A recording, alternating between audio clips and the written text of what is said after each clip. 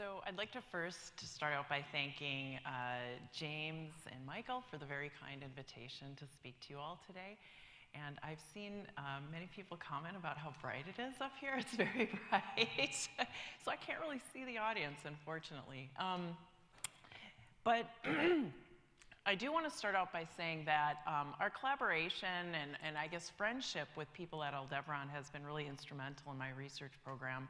So I started my program back in 2002, and I know Aldevron was about 4 years old at that time. And so when we were ordering a lot of our plasmids and just starting to get our research program up and running, we called a bunch of companies to try to get best prices for highest quantity of plasmids. And Aldevron really came through for us, not only in price point, but in how fast they could manufacture the large quantities we needed for our plasmids. And so from that point on, as an assistant professor just starting my lab in 2002 up until now, we've literally ordered every single piece of DNA, or plasmid, I should say, from Aldevron. So it's been a great relationship. I've had the distinct pleasure of getting to know Michael and James, and they've been very good friends and supporters of the University of Minnesota, so I want to thank you for that. So starting out, I'm going to change gears a little bit. There's been a touch of discussion on non-viral delivery, but more on viruses. And so I'm going to tell you really about what my program aims to do. And so as you can see over on the slides, that my group aims to really reinvent delivery through improving innovative materials. And so our overall arching goal in my lab is to improve human health with materials innovation. And as you can see, we do a lot of work in different areas. So we do work in sustainability. And so sustainable polymers, if you think, there's been a lot of press about all the plastic in the ocean. We aim to use things like carbohydrates and other natural products to build materials that could replace things like polystyrene or polyethylene that could be degradable and more benign to the environment. With that, we also have a large partnership with Dow and DuPont to reinvent excipients for making oral small molecules more bioavailable, particularly for a lot of the things that are in the pipeline right now that have really challenging chemical structures that may not be well solubilized by the classic excipients such as cellulosics and modified cellulosics. And so we have a program. For example, Dow has taken some of the polymers or these long chain molecules we've synthesized in our lab, and they scale them in reactors. So you can think about, polymers are being manufactured on scales of tons per day for dollars. And so this is the price point, that we really aim to move forward in the field of gene and cell therapy instead of, hundreds of thousands of dollars per patient. And so I'm going to focus, of course, on the work that we've done in genetic disease, but if you're interested in some of the other work that my group has done in these other areas, of course, you can feel free to look at some of the work we've done and published in this area. So as we all know, we're all very familiar with the different gene and cell therapy strategies. And so, of course, there's a lot of focus in cell-based therapies that are ex vivo, where you take patient cells out, such as, the CAR T cell therapy work that we've been hearing a lot about, and we'll hear also later on this afternoon. You take out cells, such as these immune cells or stem cells, transfect them and put them back in. There's also strategies in vivo, so you could do, for example, an intramuscular injection or some systemic-based injection or even targeted-based therapies.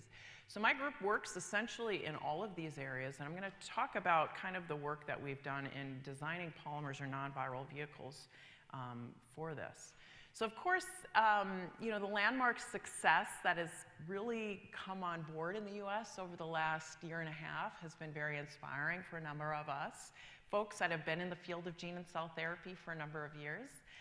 I started in this field back in 2002, so I'm heading up on my 20th anniversary of being a researcher in the field of gene and cell therapy. Of course, this very widely popularized and publicized work is, based on being able to transfect these cells with a lentiviral vector.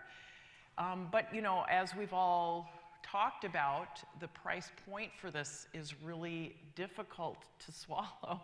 You know, if we're going to try to make this a widely available therapeutic to the general public or treat sickle cell anemia in sub-Saharan Africa, we're going to have to get this price point down, you know, orders of magnitude. Also, as what we've heard, you know, there's a lot of roadblocks in scaling viruses, right? There's year or years wait to get virus enough for clinical trials. So my group's goal in this area is really to take the knowledge we have for synthesizing materials, synthetic polymers, and bring it into the field of gene and cell therapy. So can we make this area efficient, that, you know, we can reach efficiencies similar to viruses, and can we make it affordable to the general public? So my group really works on these platform technologies that can be very agnostic for packaging many different forms of nucleic acids or editing modalities. So for example, we synthesize a lot of cationic polymers, and I have kind of a generic long chain structure here that illustrates. And so these are polymers or long chains. They you know, contain many subunits of different chemistries that we can put along the backbone. We can package anionic things such as RNA, messenger RNA, siRNA, plasmids, oligonucleotides, so different, you know, linear or cyclic morphologies, as well as things like Cas9 proteins, you know, guide RNA, RNP complexes. So when you complex that, the overall RNP actually has an anionic charge.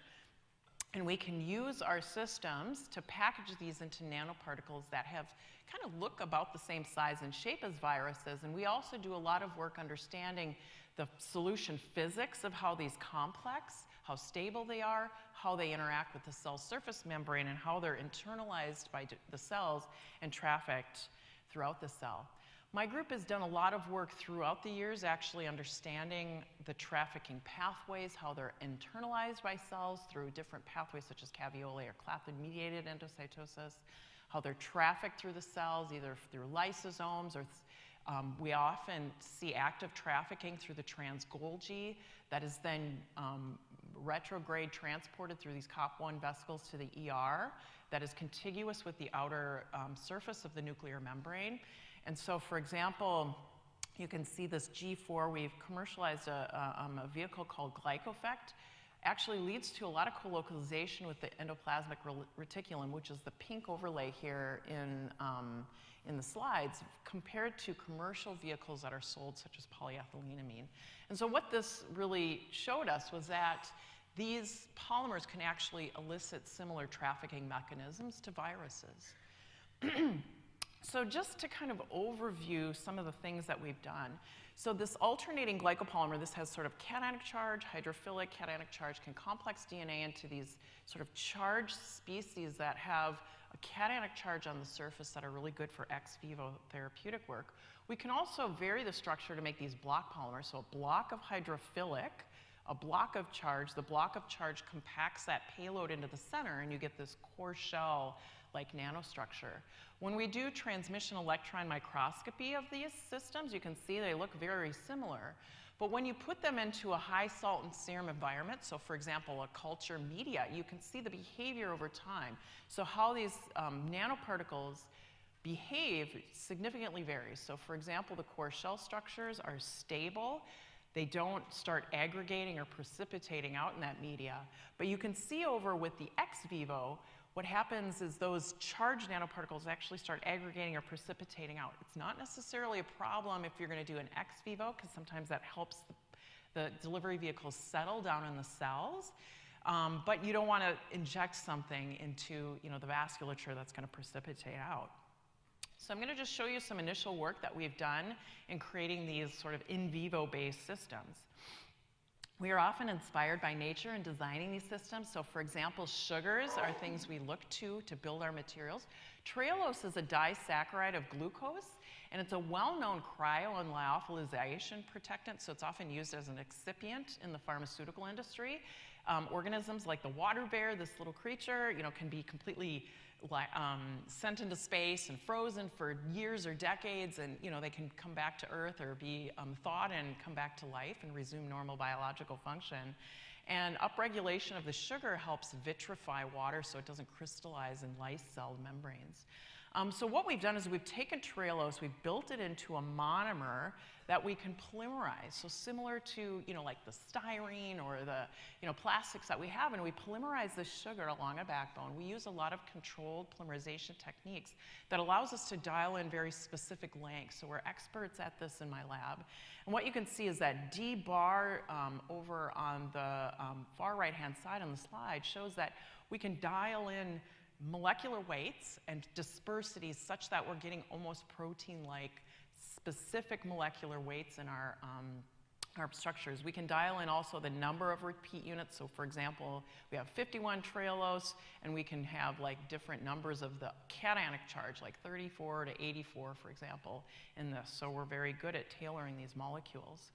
When we compare packaging DNA with these molecules and look at their sort of stability over hours in culture media, such as salt and serum, you can see when we look at and comparing their stability for being these nanoparticles over time to some things that are commercial, we actually see much higher stability. And this is important for example, manufacturing a therapy and having it be stable.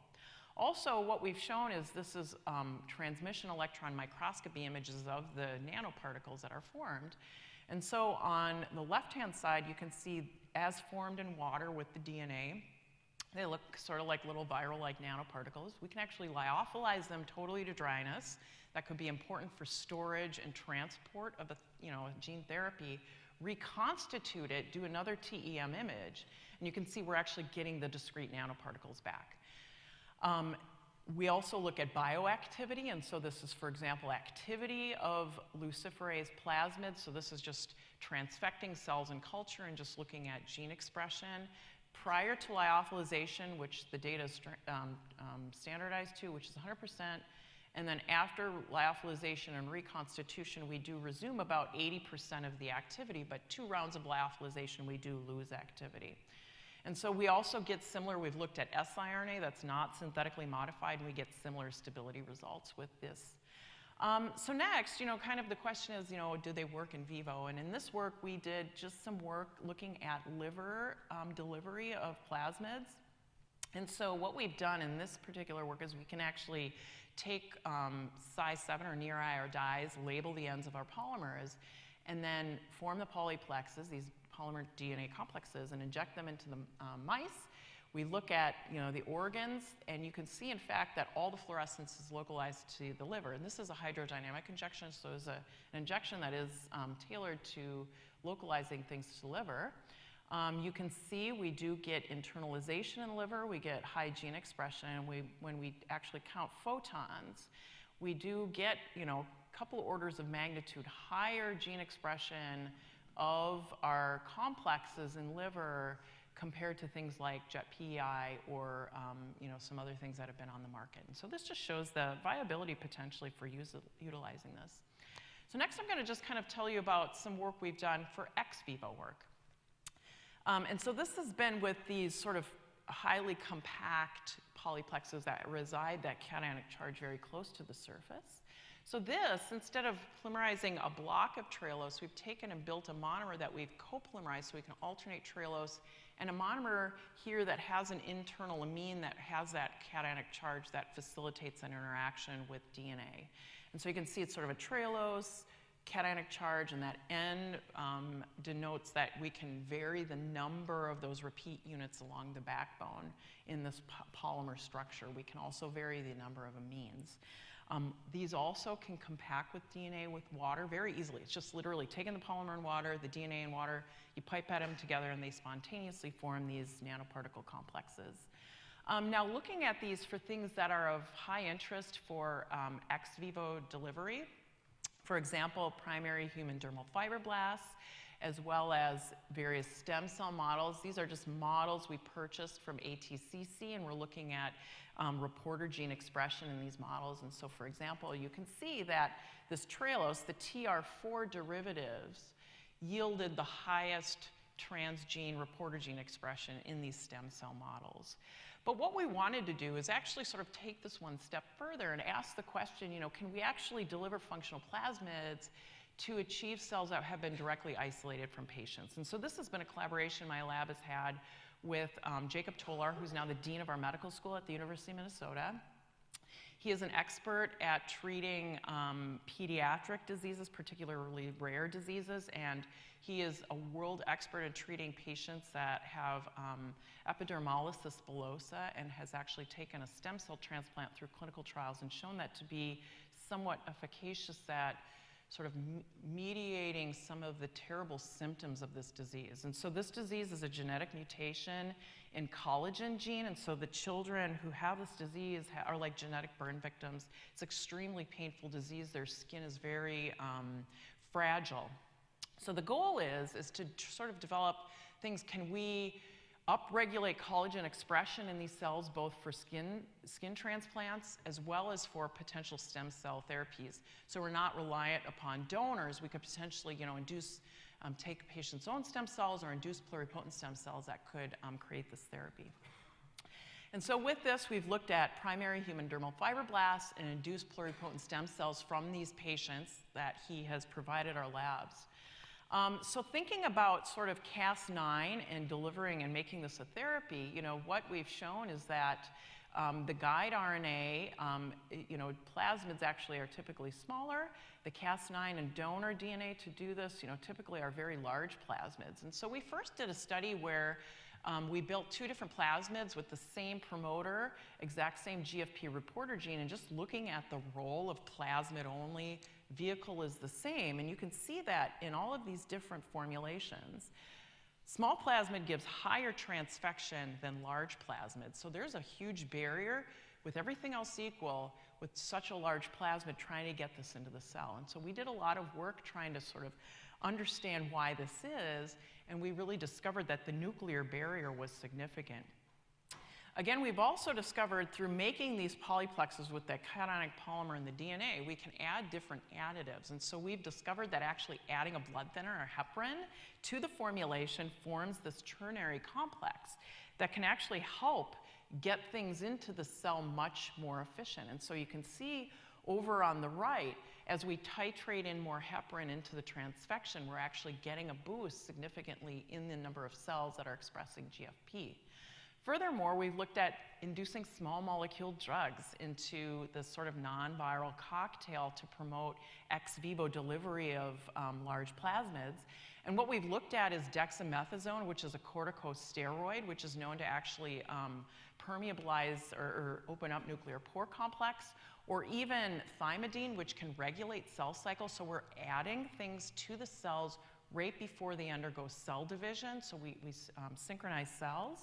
And what we've shown, and this is kind of, a lot of work culminated into one slide here, but, just to sort of give you the punchline is that we've optimized transfections for primary fibroblasts isolated from these patients and induced pluripotent stem cells with this non-viral cocktail to show that we can get Cas9, so dead Cas9 mediated improvement in collagen expression in these types of cells. So for example, we get up to a 25-fold enhancement in the collagen expression in these cells that have been isolated from patients. Okay, so I've showed you give you some preliminary evidence that, polymers can be viable delivery vehicles. And we've had a lot of discussions about, what's the next step? How do we get these things into the clinic? And, the question is a lot about what we heard about today's standards. Can we, understand really what we have in these nanoparticles to get them into the clinic? Okay, so, what I've shown you is you converge the polymer on sort of a payload. We can image it, we know how much we're putting into the formulation, but the question is, can we pre-formulate the complex?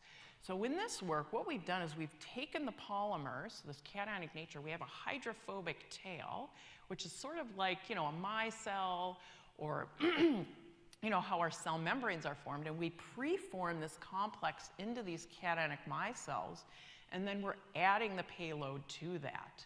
And this allows us a lot of control in making these complexes. It also adds a lot of versatility.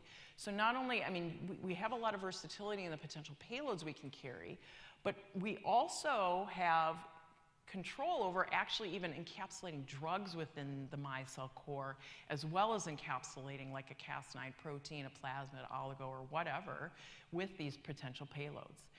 So in this work, we've taken, again, this block polymer strategy. We have a cationic block, which is shown in red, a hydrophobic block, which is gray, and we converge this sort of into this core shell structure that's just the vehicle. This is cryo-TEM images that show in low salt and high salt, these vehicles are very stable. You know, they give these very discrete nanoparticles. And what is beautiful about this is we can do dynamic light scattering and actually calculate exactly how many polymers are in every one of these micelles. We can then add our payload to that. So in this case, we're adding DNA. And we've looked at linear and circular plasmids as well as different molecular weights.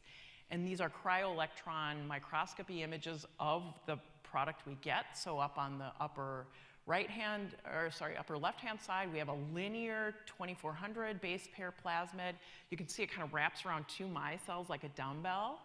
We can do a supercoiled, which again doesn't really change this dumbbell-like morphology, giving 2 micelles per 1 DNA. But if we get larger plasmids, you can see the linear 7500 base pair DNA.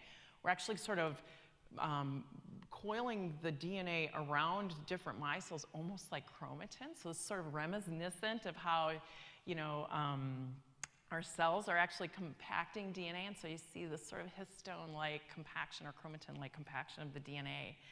Okay, so the question was, without a hydrophilic block, now this is just a hydrophobic core, cationic shell, can we add another block to that to maybe make the system more colloidally stable, reduce the size?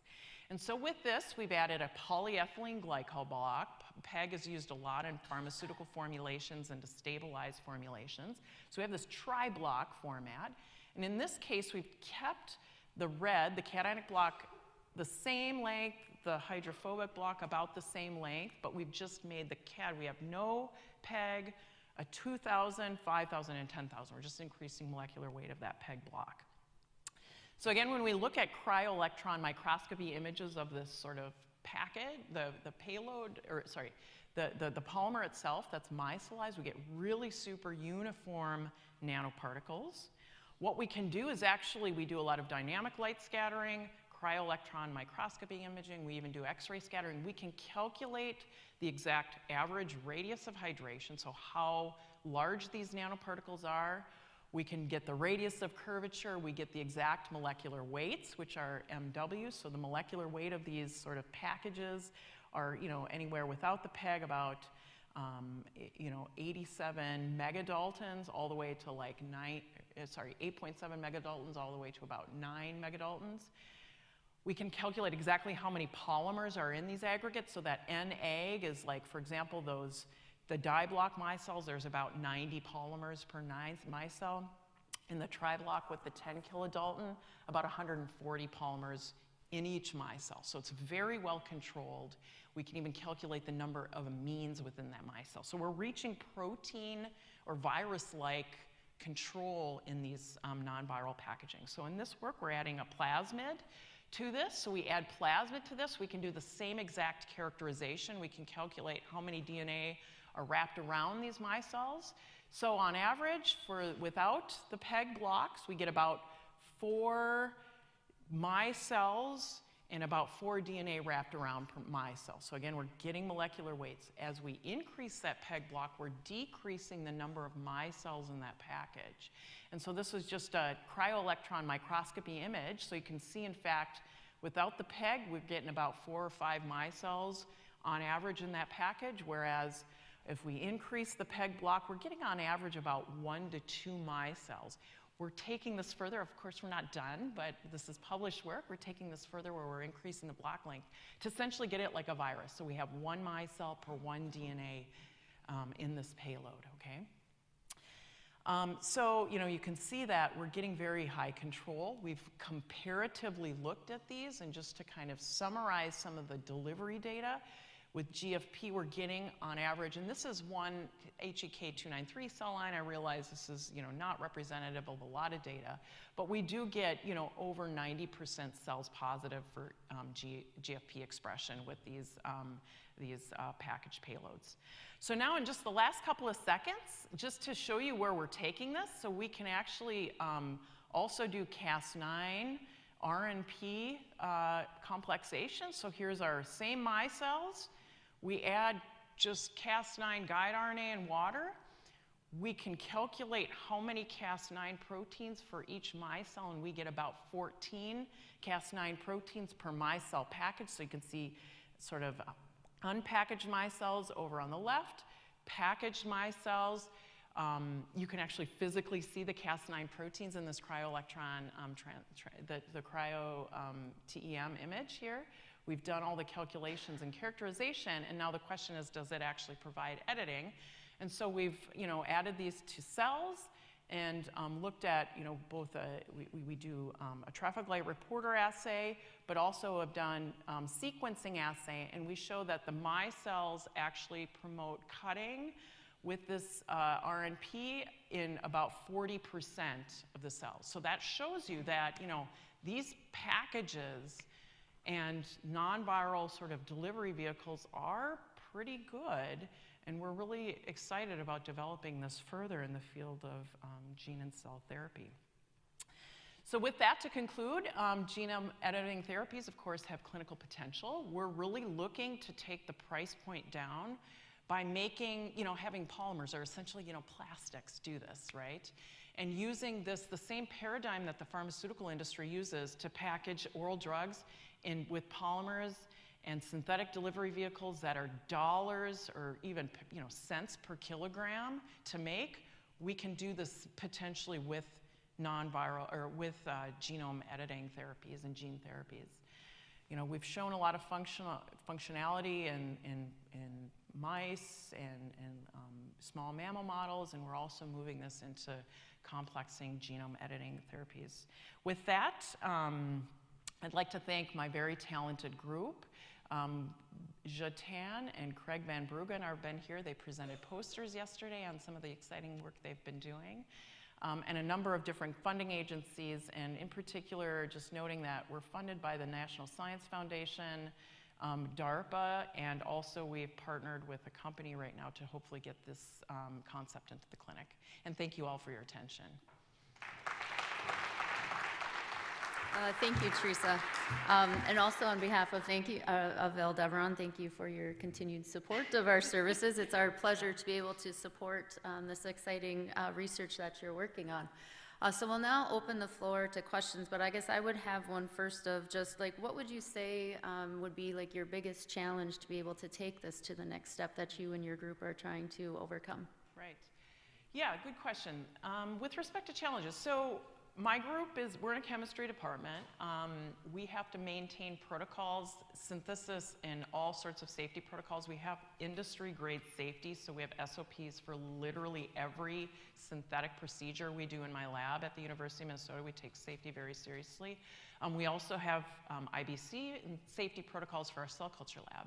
So my lab's challenge is the animal work, and we rely upon partnering with people. So we're really agnostic in our targets. So right now, we're trying to form these key partnerships to try to screen and get some key data in vivo. So I have some data in vivo, but we're looking to partner, and we've made one key partnership now with a company that is hopefully going to be doing a lot of preclinical testing for us. So yeah, that I think trial in vivo and trying to show efficacy is our key challenge right now. Great. Chris? Beautiful talk. I had a question about the last story here. It sounds very exciting. I was wondering what you'd think about stability and lyophilization formulation for those types of really novel structures. Yeah, that's a great question. So the question was with respect, could we lyophilize maybe the micelles and reconstitute them? We haven't tried, but I think ultimately, potentially, we could. I mean, that's the ultimate goal. Polyethylene glycol has been used ubiquitously in the pharmaceutical industry and even in the protein and monoclonal antibody work, so potentially, or even have it as a liquid formulation that could be injected. But we haven't done those studies. We hope to do them in the near future. Yeah, in terms of is there Trehalose there, and you think the protein would perhaps withstand the lyophilization? That's a great question. I have a postdoc working on making sugar-coated micelles right now. So we have yet to, that story is evolving, so hopefully, yeah, we have, I guess, stay tuned. Yeah. James? Yeah, it's great talk, and it's wonderful to have you here. And maybe this is too early, but I'm curious, when you use these for, say, not really ex vivo, but even systemic administration or somewhere directly in the body, do you see or anticipate any immune response? And how do these things get broken down by the body when they're in the bloodstream? Right. Where do they end up? That's a really good question. I had a Ph.D. student who was hired by Boston Scientific, and we're still finishing up her paper, but we did do quite a bit of work looking at immune response. To the best of our lab and some collaborators, obviously we have not taken this very far with looking at immunogenicity, but what I can say is, most things stimulate some sort of immune response. These didn't stimulate, to such an acute degree. The mice were fine. We did, multiple injections and looked at kind of markers, but I think there is a lot of work to be done there. With respect to excretion, there's sort of two camps in the field of biomaterials. There's the camp like we need everything biodegradable, and then there's the camp we're a little bit scared to have everything degrade. In these cases that I've shown you is that these molecules stay intact, potentially from injection to excretion. And so the key is maybe these would be excreted through the kidneys and the urine and the feces of animals. But if it's degradable, the question is, how is the FDA going to treat these? Are you going to have to make all of the degradation byproducts like you do for drugs, and you have to do tox screening on all those degradation byproducts? And right now, it's not clear, how that would be handled. So we're going with having the molecule stay intact for the delivery and it being excreted intact, so we have a more clear, uniform knowledge of if there's advanced toxicity or immunogenicity, what molecules are contributing to that. Because there's differences, of course, in the molecular weights. So in our cases, we can make discrete molecular weights, but if there's, a dispersity in that, maybe different molecular weights, shorter or longer, might be tolerated better by the mammalian models. So right now, they're not degradable, and that's kind of our rationale for making them that way. Okay, do we have any other questions? Okay, please help me again in thanking Theresa.